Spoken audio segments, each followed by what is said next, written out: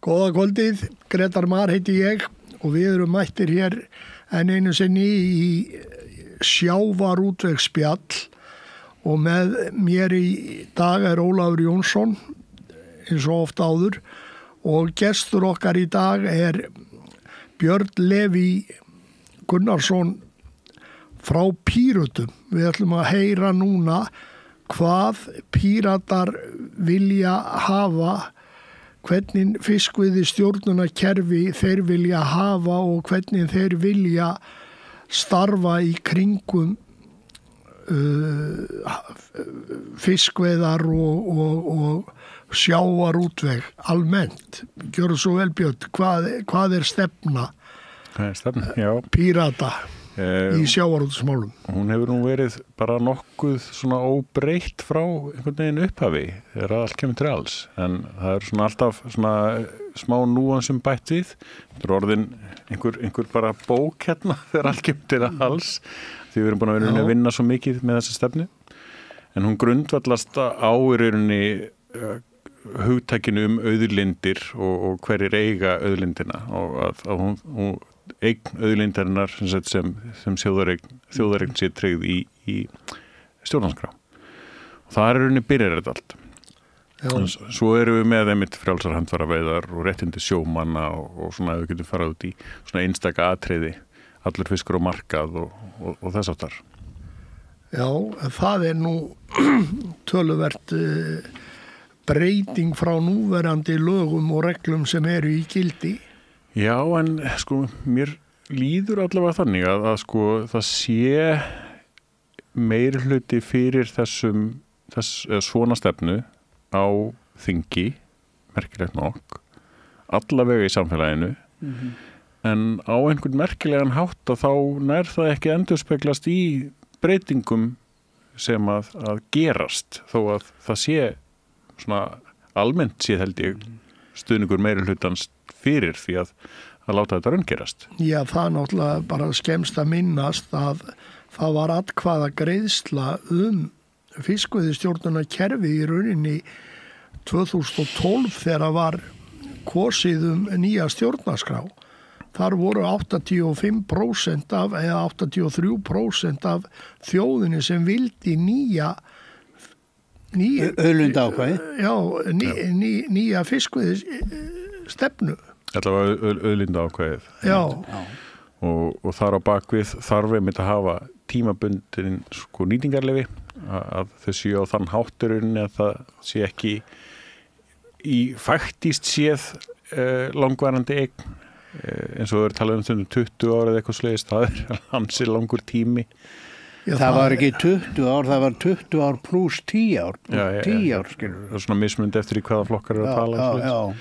Svo skiptir rosalega miklu máli mitt að þegar að allt komið úr útgerðinni að það fari allt inn á markað.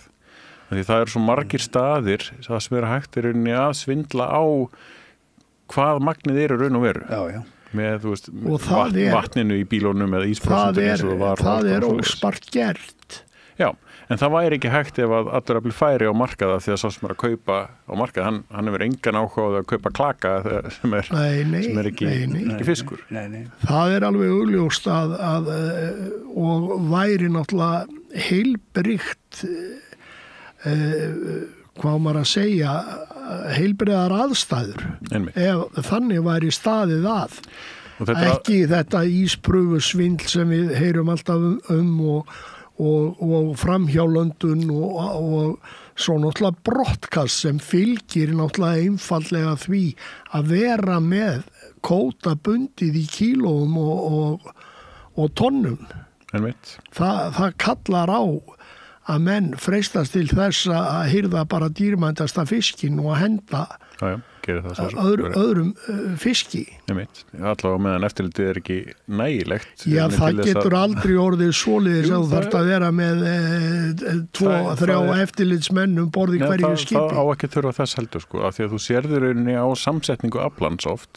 Það algjörlega ómögulegt að ná þeirri aflasamsetningu úr sjó. Já, en þá ertu komin í þá stöðu að þurfa að fara að sýna þá sanna sem ekki ekki gerlegt og jú, það alveg gerlegt. Menn hafa farið í nokkur dómsmál hérna út af því hvað eru með góða nýtingu út úr lönduðum afla og þeir hafa allir þeir aðilar sem hafa verið teknir fyrir þeir hafa allir sloppið og þeir hafa ekki verið. Af því að lögin eru léleg. Já, þú getur ekki bara hert lögin, þetta þarf að vera vitrænt og þess vegna miklu skynsamlegra að útluta þær frekar veiði dögum eins og færingarnir til dæmis gera. Þar ertu bara með sóknadaga og þá hefur engan hvata til þess að henda ódýrasta fiskinum eða lélegasta fiskinum. Þú færði eitthvað fyrir hann. Já, samt sko þú í sóknardögum að þá gætur viljað sem sagt ná hámarksafla því að sem sagt við fáum það líka í gegnum allt þetta blessaða markaðskerfi sem kemur í kjölfarið. Hvað er þetta að tala um hámarksafla? Nei, af því að sem sagt í sem sagt kjölfarið og öllu þessu þá oft verið að panta ákveðin tegundir. Og ég meina ef þú ert úti að fylla lestina, ef þú getur losað smá pláss til þess að ná meira af stóra hausnum sem að passar inn í stærðar Þetta gengur ekki svona fyrir sig. Þú hefur bersinlega aldrei verið starfandi út á sjó. Nei, þetta er bara sem sagt, þetta eru þessar hólur í kerfunum sem er hægt að hagnýta. Ég er ekki að segja þetta sé munu verið gert en þú veist það er tvímælist hægt að misnóta ákveðna galla í þekkir það enginn því við á Íslandi vorum með sóknardaga. Við vorum með sóknarkerfi, sóknarmark og við vorum með skrapdagakerfi fyrst, síðan sóknarmark samhliða kvótakerfi frá 84 og það var aldrei brottkast á sóknardögum. Reyndar má segja að hafi verið brottkast á uppsjávarveiðum, síld og... Það þurfti ekki sko þegar það var rauninni ekkert hámark síðan á því sem var hægt að veiða. En ef þú ert með sóknardaga en samt hámark á því sem má veiða, þá getur þetta gerst. Já, þú ert ekki með hámark á sóknardögum. Þú ert ekki með hámark á... Þá ertu heldur ekki með sem sagt vísindilegt kvótakerfi sem að reynir að halda sjálfbærni á... Þá heldur eina tölu. Þú heldur þú útlutar 200.000 tonnum af þorski og veiðir það. Og þegar það er komið í það... Þá stopparu, eins og er gert við strandveiðbátana á færunum, handfærunum. Algjörlega. Þegar þeir voru búin að veiða 12.000 tonn, þá voru þeir stoppaðir. En þá farið ekki útlutaða dagarinn, þá farið bara út af magn. Nei, en þeir farið ekkert fram yfir magnið. Nei, en þegar þú ert í þannig kerfi, að þá ertu líka með bara kapp. Já, auðvitað. Og kappið er alveg vandamál upp á veður að gera og ég myndi svoleiðis. Það er ekkert vandamál út á það. Menn hafa alveg vit á því að vera út á sjó og til dæmis á handfærabátum þá færði engan fisk í vondu veðri. Og að landa á markað setur alla í vissa stellingar. Þú verður að standa þig á markanum. Þú ert í samkeppni við aðra og þú bara kemur önguln í raskatinu ef þú ert með ónýtan fisk eða of smáan fisk eða eitthvað svoleiðis. Svoleiðis að markaðurinn kemur alveg af sjálfum sér. Hann lagar alveg andvirðið á því sem að kemur með lands. En þetta er jafnvægiskerfi upp á að þú veist, ert að sækja ákveðin makt, ert að sækja ákveðina daga, þú leggur ekki kvótakerfi, aflamarkskerfi eins og við erum að vinna eftir þar sem að þú græðir á því að svindla á kvótanum landa framhjá og byrja á brottkasti. Það sem þú lýsir sem þetta bara er ákveðið magn sem að bara á að veiða einmitt og þá viltu fá verðmætari fisk úr þeim úr því magni. Já, það er þegar þú ert bara með kvóta fyrir sjálfa þig en þegar þú ert með heildarkvóta þá er ekki sömu hvatar þannig þá ertu í keppni. Þá ertu bara að reyna að ná í sem mest af þessum og það er bara mjög gott. Já, það er jafnar það alveg. En það getur gert það verkum að svipað eins og handfæraveðinar þá er bara vertíðin búin. Já, það er það sem menn býti í það súra. Já, en þá er markaðurinn býtur fyrir hver er fiskurinn minn fyrir þennan mánuð? Já, það er það sem við búum við og það er búið við það við allar fiskveiðar og allar veiðar að þú mátt bara veiða ákveðið magn og það heildarkvóti en ekki kvóti á hvert skip. Það er megin munur, þar á, regin munur. Algjörlega. Og þar að leiðandi ekki brottkast þekkist ekki í Færeyjum til dæmis á þeirra veiðum. Þeir koma með allan fisk að landi, hvað sem mann stór eða verðlítill eða hvernig sem það er. Og þetta hlutur sem að ég held til dæmis að því í Pírötunum þurfum við aðeins að hugsa dálítið vel þegar eru að leggja þetta á jöfnu. Leggja hvað á jöfnu? Að þetta séu sama gallinn við sóknarmark og raunverulega aflamarkskerfi. Já, það eru kostur og gallar þarna í hverju tveggja eins og ég aðeins búin að reyna að koma inn á. Já, það er svo lítið og að það nánast ekki neitt í sóknarmarki en það hellingur í aflamarki. Það eru mismundi gallar, vissulega. Já, það er bara stærðagráðuna svo mikil að í hverjum degi þegar þú veiðir í aflamarkskerfi þá hefur það hagsmuni af því að koma með sem dýrmætastan og verðmætasta fiskinn og losa þig við ódýrasta fiskinn. En það kannski síðasta daginn í frjálsri veiði í sóknarstýringu sem þú hefur hagsmuni af því og reyndar ekki eins og þetta var gert útfært á strandveiðibátunum í sumar á trillunum að þeir náðu ekki einu sinni að veiða þessi 12.000 tonn sem þeim var úthlutað. Það voru einhverju 100 kíló eftir eða 100 tonna. Ef við förum í sóknarmarki sem við vorum í þá voru það 4 mánaða tímabil og nú var búið að veiða meira heldur en hafði verið lagt til sem sé eftir samráð á skipstjórafundi áramótin.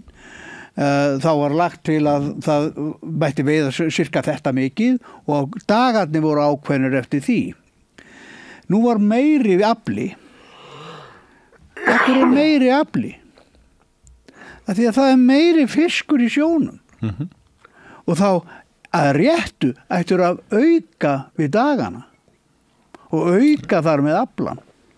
Skilurðu? Já, ég skilur alveg. Og frekar ef það minna heldur en var ákveðið þá þarf það að fækka sóknardögum.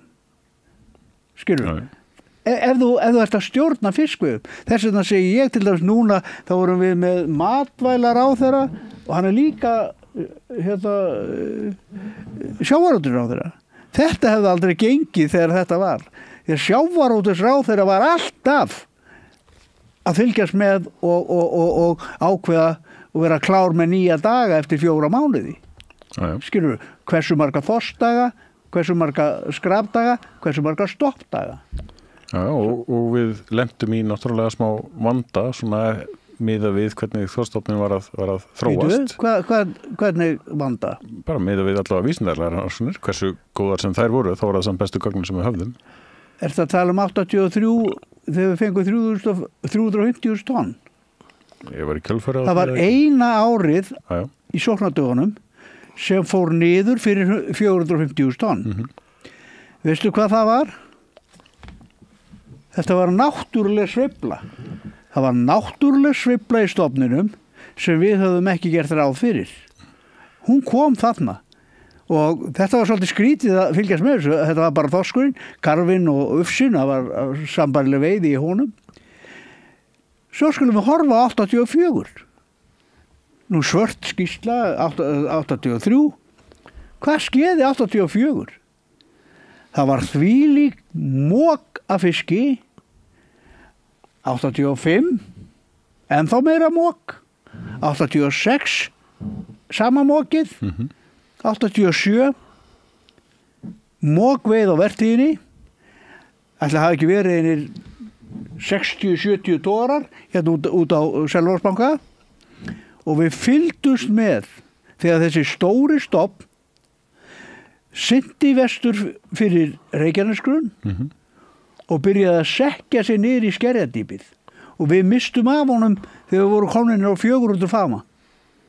Þá var hann með stein í maganum.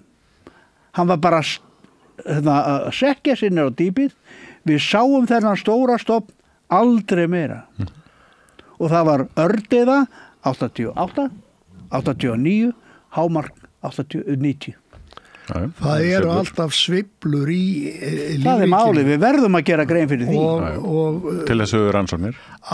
Já, en rannsóknir þannig eru ekki að gera ráð fyrir þessum sveiflum í stofnum. Það er margt flókið líka og flokk á milli djúpsávars og uppsávars þá sem svona, eða grunn, ég man ekki hvað þið kölluðu þetta, þess að tvær svona mismunandi Það eru sennilega aðskildar 15-16 tegundir með DNA rannsóknum. Það er aðalega þessar sem eru svona nær í svona meira í grunninu og svo meira í dýpinu. Við höfum verið að veiða fisk í gegnum tíðina sem við kollum grænlending. Kemur frá Grænlandi. Það kom fiskur austan úr hafi og allstaðar hefur komið og svo bara sunnan úr hafi og göngufiskur sem gengur upp á grunnslóð til að rigna og annað þess áttar. En sem sagt að stefna ykkar í Pírötum er að fara að ráðgjöf Hafró. Og alveg burt sér frá því hvernig þeirra vinnubrögð eru og hafa verið í gegnum tíðina. Góð vinnubrögð. Eru það góð vinnubrögð? Ég oft lýsi svo talað þannig að sem sagt, ég var meira að segja Hafrannsóknastofnunin í morgun í heimsókn og þar eins og hjá öðrum svona forstjórum ríkisstofnana að þar sjáum við sömu sögu að þeir eru með ákveðin svona lögbundin verkefni sem þeir að sinna. Þeir að sinna ákveðin rannsóknum og eftirliti og ýmsu svoleiðis og þar eru allar stofnanir að sinna sínum verkefnum. En gegnum gangandi að þá eru þessar stofnanir ekki með fjármagni til þess að sinna í rauninni verkefnum sínum.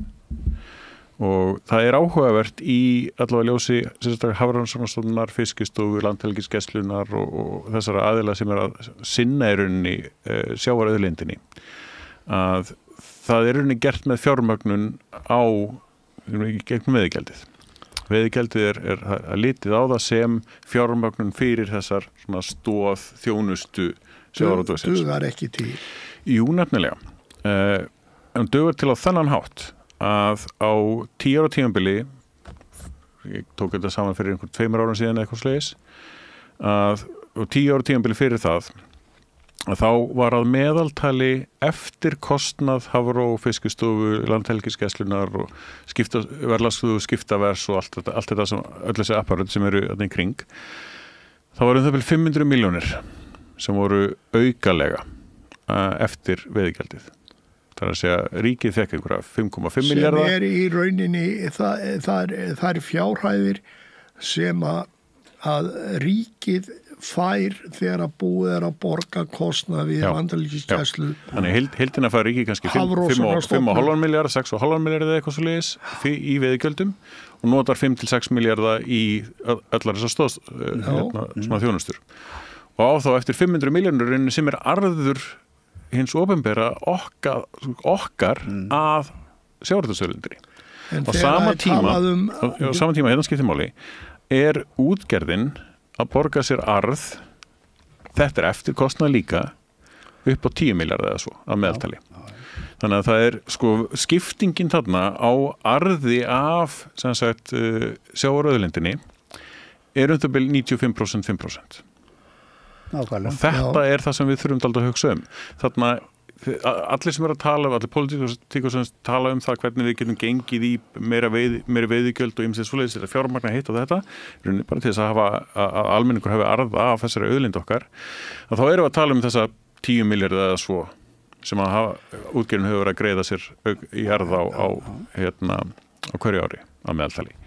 Minna stundum, meira stundum, en þú veist, þetta er svigrúmið í rauninni sem að ætti að vera betur nýtt. Þessi skipting ætti að vera sanngjarnari.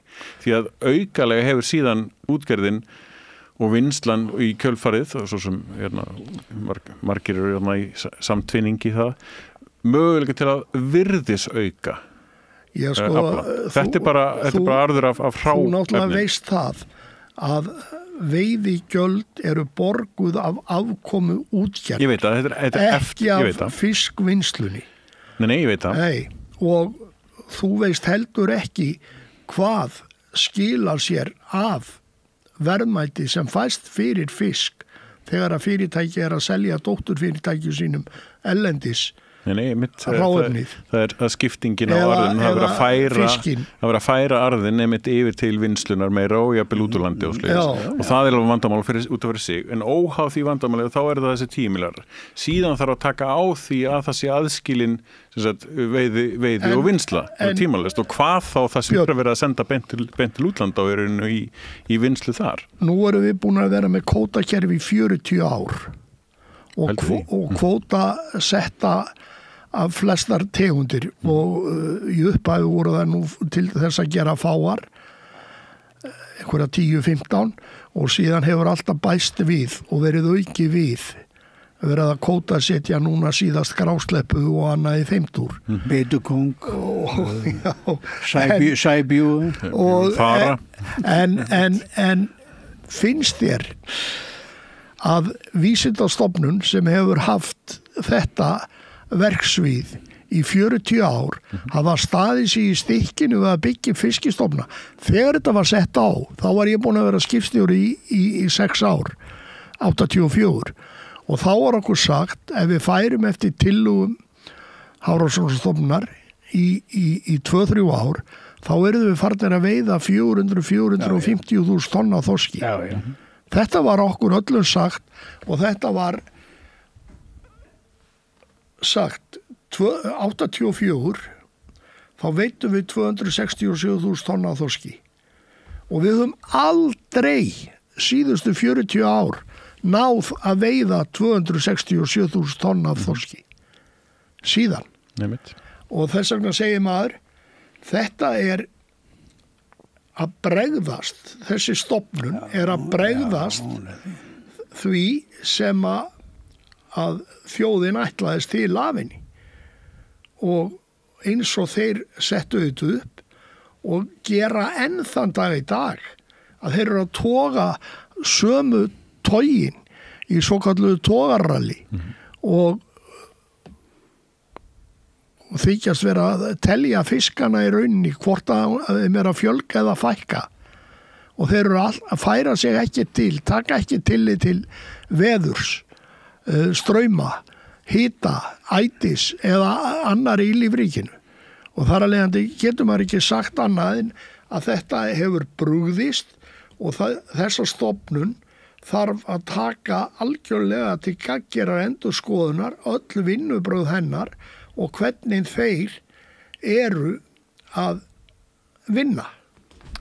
Já, vísindin í þessu er alveg merkileg sko og að það eru fáar svona gagnatökur. Það samt líka notugögn úr sem sagt bara úr kvótanum, úr svona sínatökur, spot check úr því sem er síðan veitt í alvörinni. Þannig að sem sagt það er stundum erfitt að sjá hvernig svona gagnataka sem sagt gagnasöfnun segir heildina. Maður lærði þetta dálítið í starffræðinni í gamla daga hvernig er hægt að veiða fugla út í skóg og merkja nokkra og fara síðan aftur og veiða einhvern veginn setna og sjá hversu merkta maður veiti til þess að meta þá hver er heildarstofnstærð og sko já, eins og ég nefndi hérna þá hefur Hafrannsóknastofnun ekki verið fjármögnuð nægilega vel til þess að sinna lögbundnum verkefnum. Þannig að er hægt að gagnrýna þá sko út frá því sem þeir eru að gera þrátt fyrir einmitt takmarkaðan takmarkað getur til þess að sinna verkefnum sem þeir eru að gera. Þá verður þú líka að líti í eigin barm eða stjórnmálamenn og alþingi. Við höfum ekki treyst okkur til að láta þá hafa nóga peningar svo þeir geti rannsakað eins og þeir myndu vilja gera. En það þýðir það að þeir eru ekki að skila okkur niðurstöðum og ná þeim árangri með friðunum og aðgerðum sem þeir eru að beita og þeir gera þetta eitthvað ránt, sennilega því að þeir fá ekki fjármagn til að rannsaka nógu vel og við getum þá ekki farið eftir þeirra tillögur. Þetta er svona bestu möguleg upplýsingar, eða að fara eftir verri upplýsingar? Nei, það er ekki verri upplýsingar, en þú ert með í flotanum eru 700 starfandi trillukallar sem voru búin að vera í færaralli í allt sumar og vita hvar og hvernig fiskgengt á færaslóð. Þú ert með togaraskipstjóra á öllum togaraflotanum. Þú ert með skipstjóra á línubátum og netabátum og trollurum, snurvoðabátum og þeir geta allir. Það myndi hjálpa mjög mikið ef þeir deildu þessum gögnum til dæmis. Þeir deila öllum gögnum síðustu 40 ár, dagbækur sem skila af sér. Allt saman skrifa, hvert einasta hól. Það er alveg rétt sko, en öllum skönunum líka á sliðis. Já, þeir nota ekki. En síðan eru hérna eins og þú voru að nefna, ef það broadcastið svona mikið og svo framvegis. Hversu nákvæmar eru þá þessar dagbækur? Af hverju sjáum við ekki munin í þá gögnunum miðað við útflutning á fiski?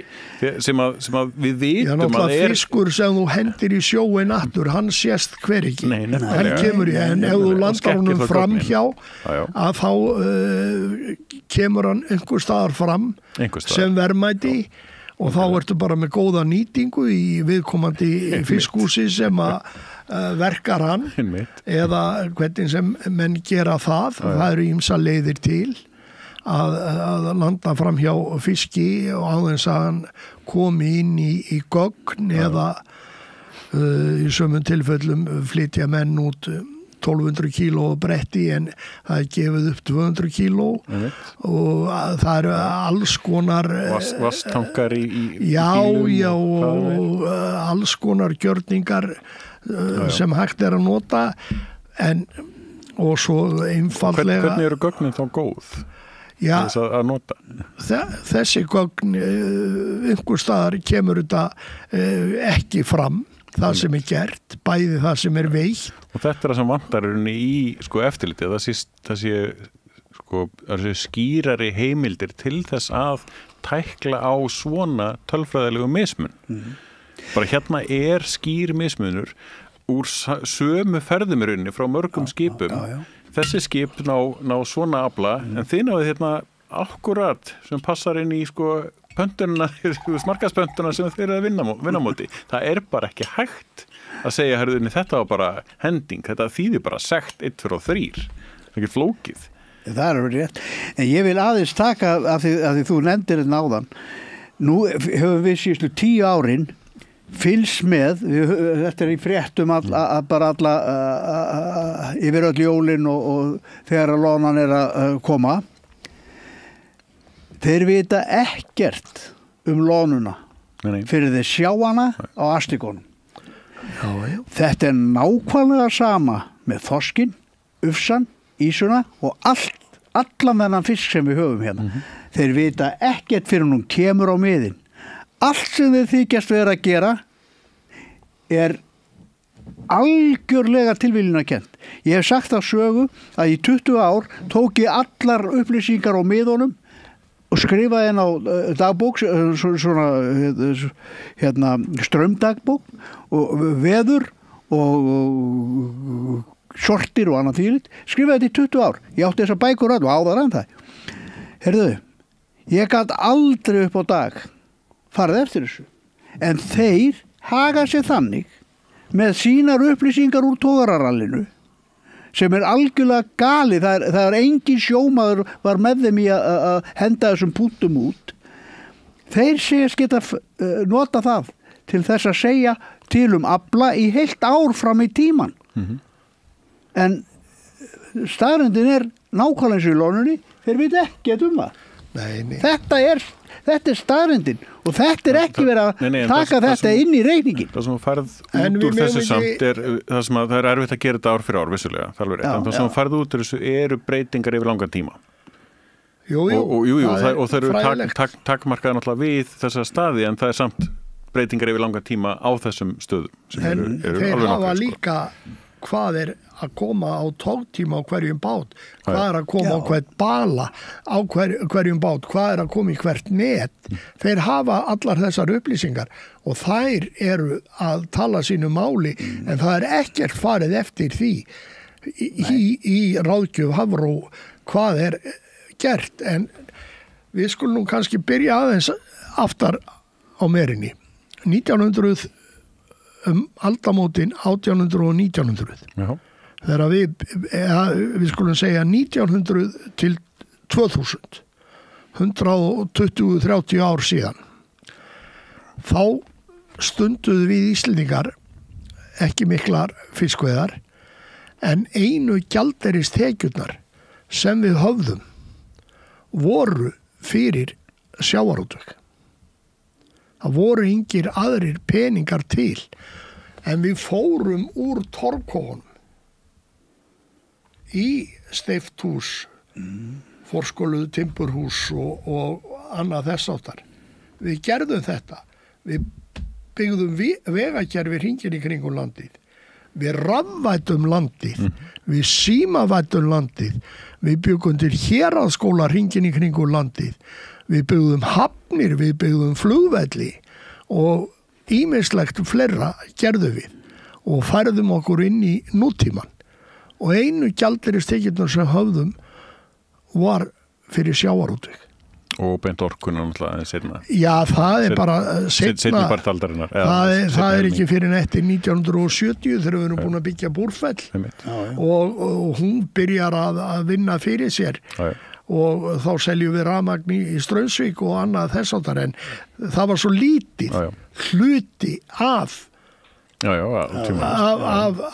gjaldeyrisöflun þjóðar. Svo Marshallstyrkur og einhverja tekjur að hernum og eitthvað smottir í en uppi staðan 90% var bara tekjur að sjávarútvegi og við gátum þetta allt. Byggðum Landspítalan í kreppunni 1930 og annað gerðum við.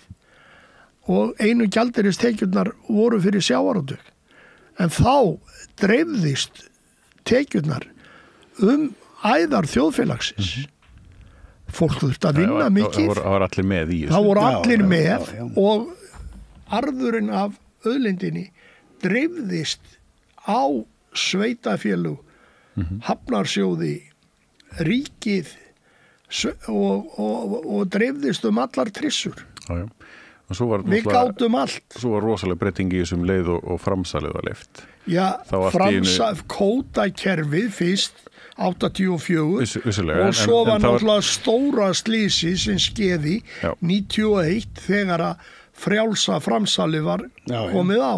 Þá byrjaði braskið og fyrstu 10 árin eftir að frjálsa framsalið kom á þá voru þær í því að kaupa upp aðrar útgerðir og sankaða sér kótu. Það gerði nokkra aðeila að milljónamæringum milljarðar í kjölfarið. Þá voru það milljónmæringar og á bara einni nóttu og það breytti samvinnunni algjörlega í þessum bransa og runni í samfélaginu í heilsinni og búið að vera að breyta samfélaginu síðan. Það ekki lengur það að við séum öll aðsinna þessu saman.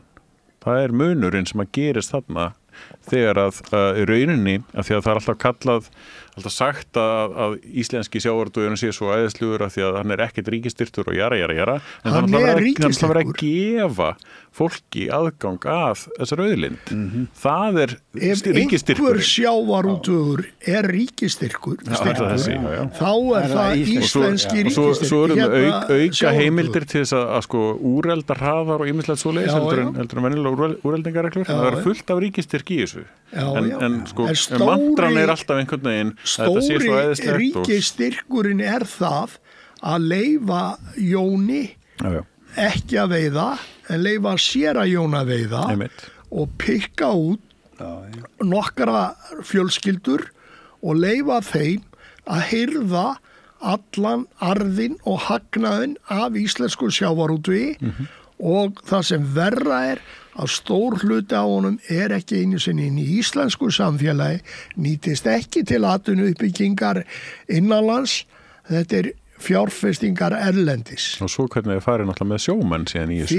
Hvernig þeir eru jafnvel látnir borga fyrir olíuna eða kaupa skipin jafnvel eða alls konar. Já, og það lækkað skiptakjörin ef þeir eru á nýjum skipum. Já, einmitt. Og svo þessi verðlagsstofa skiptaverðs þarna sem að rauninni verðleikur innri sölu á milli samþættara aðila. Sem að gera það verkum að laun sjómannana verða minni heldur ef að þau væru að fara á markað með það. Algjörlega nauðsynlegt að allur fiskur verði verðlagður á mörkuðum innanlands.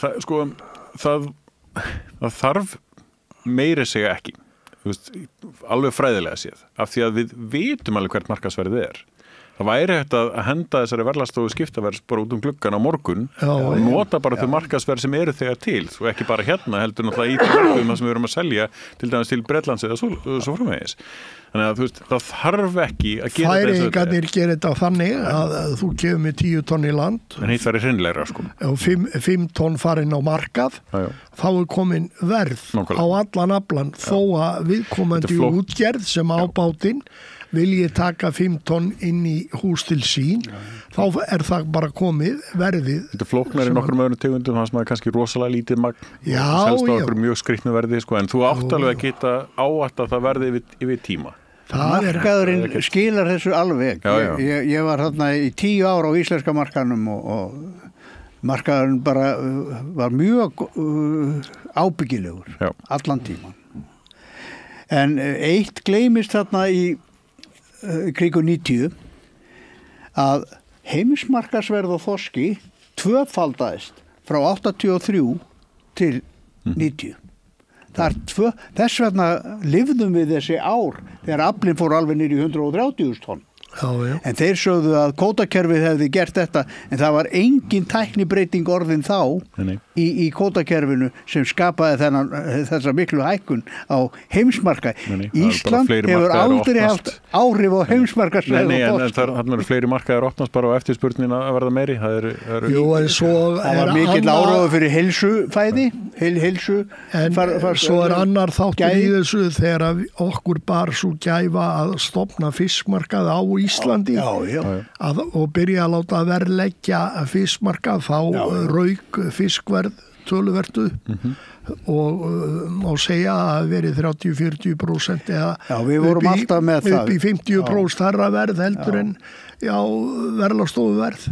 Við vorum alltaf með það 30-40% þarra. Alveg sama hvað við vorum með, mikið, lítið, skipti ekki máli. Við vorum alltaf með þetta. Þetta er alveg kristaltært dæmi það hversu mikil pólitísk afskipti eru af þessum geira, sko. Það einmitt að verja samþætta aðila sem eru bæði með veiðar og vinnslu með einhvers svona lögbundnu apparati eins og þessari verðlagsskiptastofu. Það þarf að aðskilja veiðar og vinnslu. Algjörlega. Og það þarf að koma því þannig að allir sem að fiska fisk í íslenskri lögsögu selji fiskin á fiskmarkaði. Algjörlega. Ég meina bara það aðskilur runni veiðar og vinnslu. Þó að þetta væri samtætt fyrirtæki að bara veiðarnar komið á markað býr til þann aðskilur. En þetta myndi hækka tekjuskatt af sjómönnum 30%. Þetta myndi hækka útsvarsgreiðslur á sjómönnum 30-40%. Færið þá minnka þar hinum megin frá vantarlega? Minka hinum megin, ef það verið að færa... Þetta hækkar bara verðið sem að þeir fá fyrir fiskin. Vissulega. Við því að fara inn á vera verðlagt á fiskmarkað. Já, algjörlega. Í dag er þetta þannig. Sá hagnaður færður annað í kerfinu sem að verðmyndunin verður þá þar eða Nei, það er bara einfallega fiskvinnslu fyrirtækið þarf að borga meira fyrir hráefniskaup. Útgerðin myndi græða á þessu. Sami gróði í heildina óháð því hvað hann leggst. Þannig að ef hann er núna að leggjast á vinnsluna, þar nærðu gróðanum og lágmarkar hann í sem sagt veiðunum og ef þú jafnar þetta einmitt með markanum þannig að gróðin færist meira yfir á veiðanar þá vissulega vissulega kemur meira útsvar þar og tekjuskattur og ýmislegt svoleiðis, en þá minnkar það á móti í vinnslunni. Já, það verður bara minni hagnaður. Það er bara sami hagnaður bara hvar hann lendir í kerfinu. Já, hann lendir... Þá lendir hann allur inn á Íslandi. Jú, en alltaf trikkið sko einmitt í kringum veiðigjaldi þarna.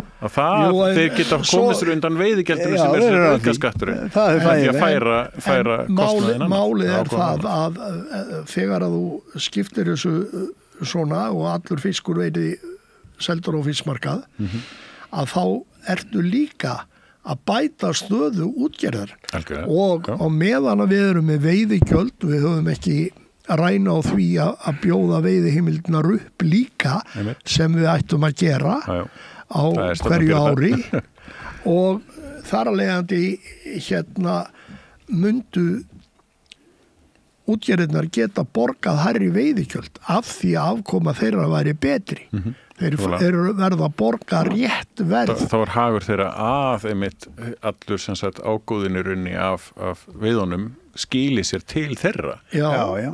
Allt sem að þeir þannig að þeir mundu samkvæmt núverandi kerfi þá þurfa að borga hærri veiðigjöld. Og þar að leiðandi ertu komið með veiðigjöldin hærri, þú ert komið tekjuskattinn hærri, þú ert komið útsvarið hærra og hafnargjöld í sveitafélögunum, í hafnarsjóðina. Laun sjómanna. En á móti þá er hagnaður sem er tekin út annar staði núna, hann er þá að lækka móti. Hann myndi lækka móti. En líklega myndi fiskverð hækka eitthvað aðeins líka, þannig að heildin er í raunni hærri. Það veit það ekki, ef það kemur mikið magnin, þá má reikna með jafnvel að það leiti sig eitthvað í einhvað jafnvægi, jafnvel lækki. Það mun fjölga vinslu. En það mun svo aftur leiða til fleiri... 4-5 menn gætu opnað vinslu. Bara á hvaða stað sem er. Það yrði hvatning hjá bæjarfélögum að setja upp markað, kalla til sín báta og skip. Já, það er alveg annað áhugaverð sem mætti tala varðandi einmitt sölu á veiðiheimildum, að þær værurinni kannski svæðistengdar á vissu leyti, upp á löndun að gera. Til þess einmitt að aflinn sem Þú ert að hugsa í kvóta. Þú ert að hugsa í að selja kvóta. Ég er að hugsa nærsamfélags ábatan. Þannig að það sé ekki verið að veiða kvótan fyrir austan, að vera að sigla meðan vestur og landa þar og svoleiðis. Þú er komin, þetta hef ég hugsað mikið um. Eða keyrt. Við myndum verða að efla hér vega kerfið okkar, því að ef við erum komnir með vinslu sem segjum að hún vilji setja sig að hún ætla að vinna 10 tonn á dag af þessari tegund. Hún ætlar ekki að fókusera á neitt annað. Þarna liggur peningurinn hennar. Þau fara all land til þess að ná í besta fiskin. Mikið rétt, ég meina það er náttúrulega verið að gera þetta með lagseldi núna, það verið að flytja þvílík óskup landshlutana á milli, þannig að það er ekkert öðruvísi. Já, við eigum ekki að fara þarna inni og stjórna þessu. Þetta á að koma sjálfum sér.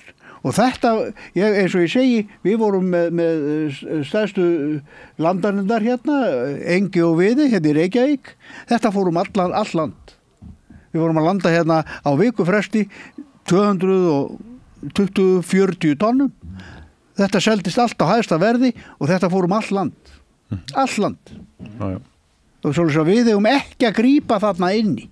Nei, þetta er ekki að tala um að grípa inni, þetta er að rauninni tryggja kannski... Setja fiskinn þarna, ekki þannig, þetta er rauninni sem sagt það að ábatinn af því sem er veitt í skili sig til nærsveitana og því hvernig hann fer síðan. Við höfum talað um þetta til dæmis varandi virðisaukaskattinn, að virðisaukaskatturinn þá var að útsvara virðisaukaskatturinn til dæmis. Þannig að þegar að einhver sem er ferðamaður fer í sjoppuna á Hellu, kaupi mjólk og þá fer virðisaukaskatturinn og útsvara virðisaukaskatturinn til Hellu eða Rangarsýslu. Vel að vonda þarna, Pítur leið mér aðeins að svara þessu, að ég talaði nefnilega við góðan kunningja minn sem er nú hættur skipstjórn núna en þeir eiga fyrirtæki í Grundarfirði. Og við vorum að tala um þetta, þú veist nema hvað, hann var að segja mér það að sjáðu okkur hérna, við erum með 1 læknir á Snæfellsnesi. Að sjálfsögðu á bæjarfélagið að fá hluta af markan. Skilur, þarna eru teknartekjur til ríkisins og sveitafélagsins. Þetta bara renna til sveitafélagsins partur af því sem innheimt af markanum.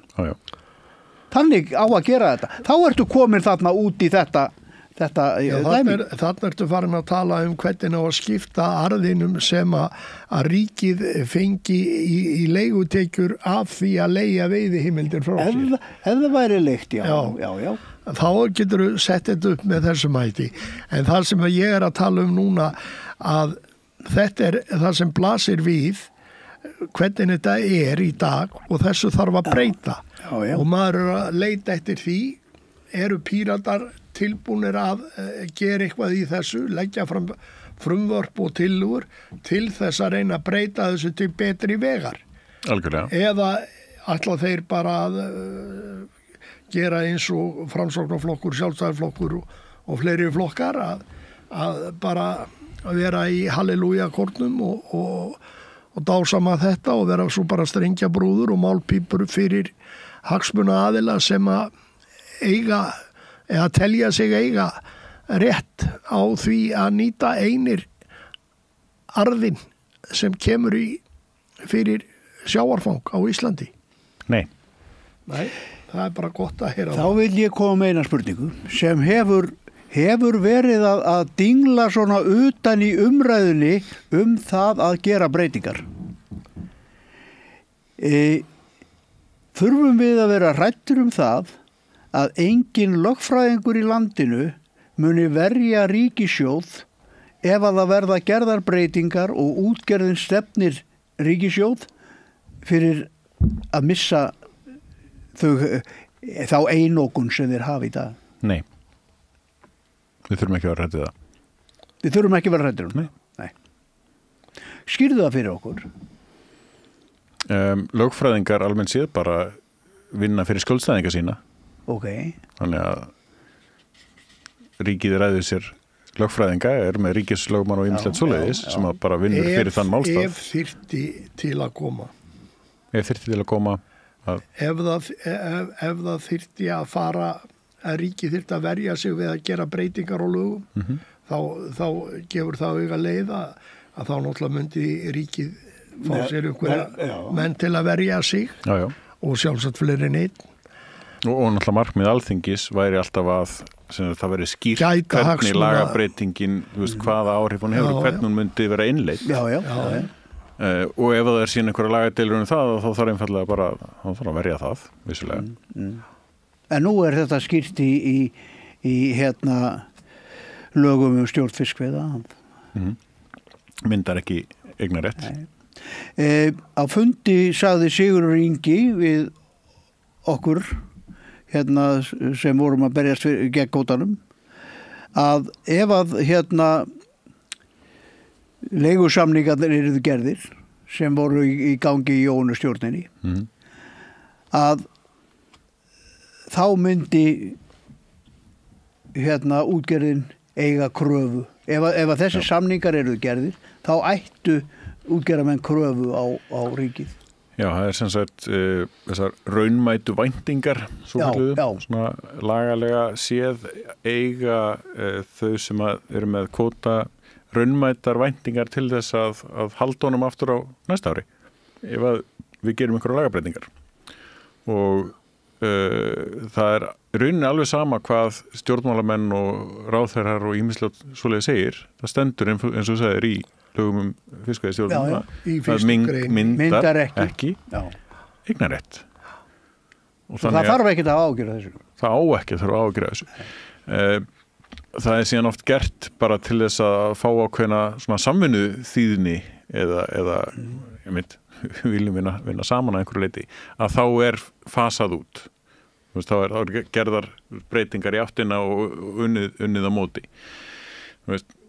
kannski það að einhverju leiti sanngjarnt af því að það alveg hægt að taka handbremsun og breyta þessu eitt og bingo og bara þau verða að vesenast í því sem myndi þá kosta vantarlega málaferli sem að sem að kosta, sem vesen og alls konar svoleiðis og allt í óvissu á meðan. Þannig að kannski það gáfulegra að breyta því á þann hátt að þetta sé einhver tröppun breytist nú saman. Það alveg hugsanlegt að taka 10% á árið eitthvað þess áttar eða 20% eða eitthvað. En þú segir sanngjarnt. Gagnvart hverjum? Manninu sem fær ekki að veiða? Nei, gagnvart í óvissu ástandinu sem að gæti verið þá deilunum í rauninni sem að gæti orðið við að breyta þessu breytur og bingo á næsta ári. Ég alveg á þeirri skoðun að það var alveg að gera það. Ég líka alveg á þeirri skoðun að það yrðu slagsmál ef það yrði gert þannig. Þannig að það kannski sanngjarnt gagnvart því að forðast slagsmálin að gera þetta á einhvern þennan hátt. En sem sagt... En kannski verður þessu aldrei breytt nema með slagsmálin. Einu pennastriki eða... Já, það er síðan eitt og það það sem að mér finnst þeim vantað alltaf í stjórnmáli núna að það einhvern veginn þessi ákveðni aumingaháttur, ekki noti eitthvað svona orð að stjórnmálamenn virðast ekki þora að fara og taka slaginn. Nei, en það ekki bara á þessu sviði, það á flestu sviðum. Ef það einhver sem segir nei og ég ætla að vera að spila með stóran og fara í mál og alls konar svoleiðis, að þá einhvern veginn þora stjórnmálamenn limpast fólk niður. Og það af því að það var einhver sem talaði við flokkinn sem að, borgar styrkir hann fram og tilbaka og svoleiðis? Já, það nú það sem að maður að horfa upp á að þessi peningaöfl sem eru sterkust í dag að þau eiga þingmenn í mörgum stjórnmálaflokkum. Þau borga fyrir þá prófkjörsbaráttu og svo stuðning við þá í kosningum, flokknum þeirra og við erum að horfa upp á þetta helvíti víða. Mjög víða. Allstaðar, mörgum stöðum það sem við höfum farið og það sérstaklega á stöðum það sem er kvóti í byggðinni að fólk sem að segist hafa áhuga á því að taka þátt í starfinu hjá Pírötum hættir því á 0,1 þegar það kvistast út af því að það bara þýðir atvinnuöryggið farið. Þá það bara því sagt upp og því hótað því, alveg tímalaust. Þannig að þetta er ekki bara 1, 2, 3 sögur það alveg fleiri en það og þetta ekkert nýtt þetta alveg þetta þöggur, þú ert að tala þöggur. Björn Leví, málið það að þetta alltaf að aukast harkan og baráttan í þessu. Það alltaf að verða meiri og ófyrirleitnari aðgerðir sem verið að framkvæma og verið að ræða fólk frá því að taka þátt í félagsmálum hvort sem það bara jafnvel í starfi stéttafélaga eða venjulegum verkalýðsfélögum. Þetta valdabarátta og hún grimmari núna heldur en kannski var fyrir 30-40 árum. Meðal annars út af því að auðurinn varð þarna til í alvörunni 1991 að framsalið kom. Það breytti leiknum. Þá var allt farið að spila að sumir sem fara fram hjá byrjunarreiknum þeir fá ekki 2.000, þeir fá 200.000 eða 2 milljónir. Allir hinir þurfa bara að sætta sig við 2.000 kallinn. Já, það bara þannig. Matadorið allt í einu var komið með 2 mismunandi reglur. Og þess vegna í rauninni núna kosningar sem verða væntanlega fljótlega í síðasta lagi eftir 1 ár, þá erum við að tala kannski meiri og harðari baráttu heldur en oft áður þessi mál. Og það kannski aldrei meiri þörf á því að fólk berji borðið og standi á sínu og berjist fyrir alvöru réttlæti. Alveg nákvæmlega, því að ég held að fólk finni dálítið það dálítið blóð í vatninu. Núna þegar að sjálfstæðarflokkurinn sérstaklega á svona...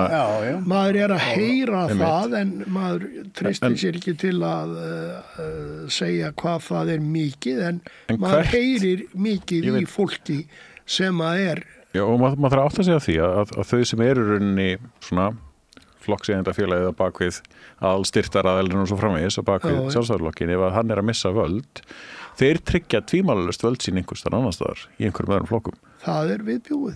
Og það er eitthvað sem að við viljum að sé meira gagnsæjum og fyrr gagnsæjum.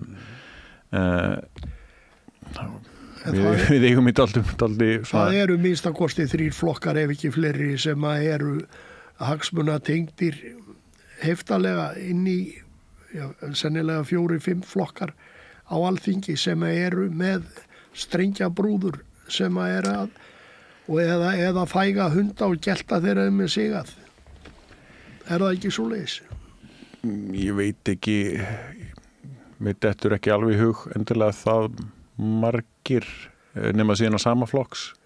Já, þegar náttúrulega sami flokkurinn, Framsóknarflokkur, miðflokkur og vinstri grænir og sjálfstæðisflokkur og fleiri flokkar. Þetta eru flokkar sem eru á þessari bylgjuleng. Maður getur skoðað bara í ársreikningum þeirra frá ríkisendurskoðun, bara hverjir eru styrtar. Hverjir eru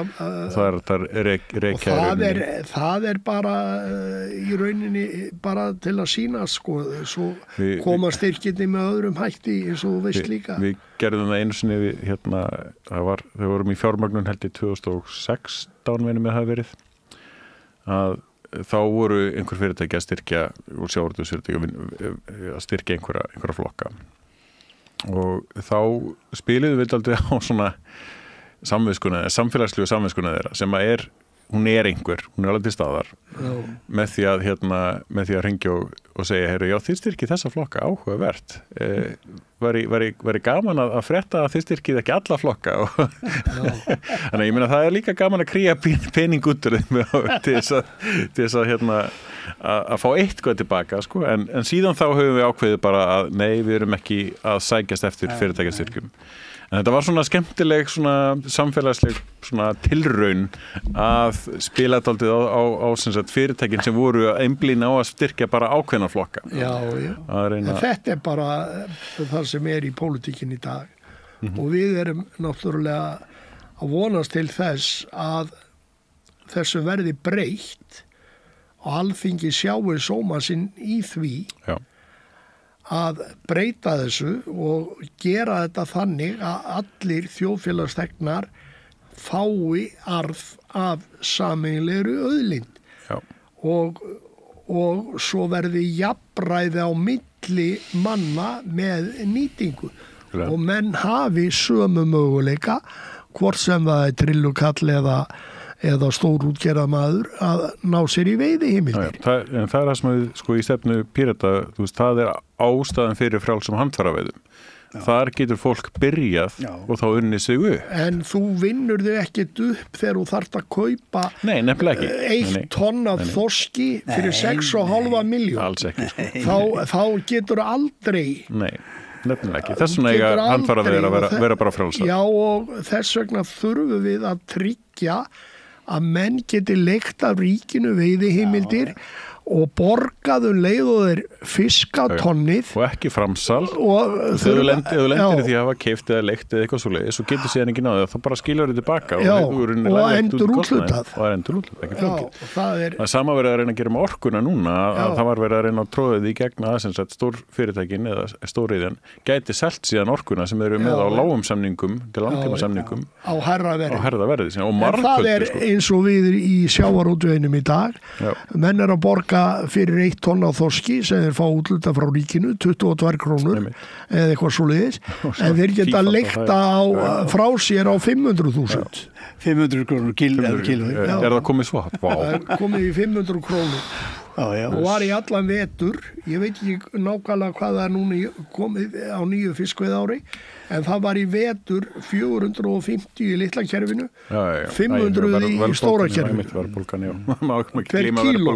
per kíló og þetta kalla menn að sé ekki ríkistyrkur. Hvað er ríkistyrkur?